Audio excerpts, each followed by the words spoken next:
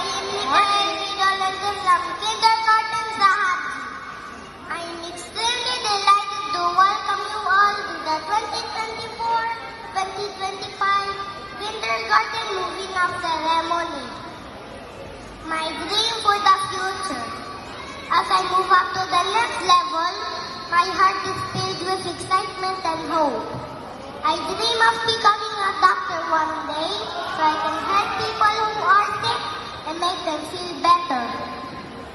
I also dream of making my parents proud.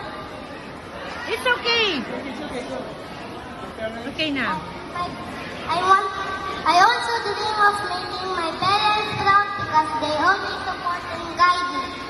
Someday, I hope to give them a comfortable life as a way of saying thank you. Okay, thank you so much.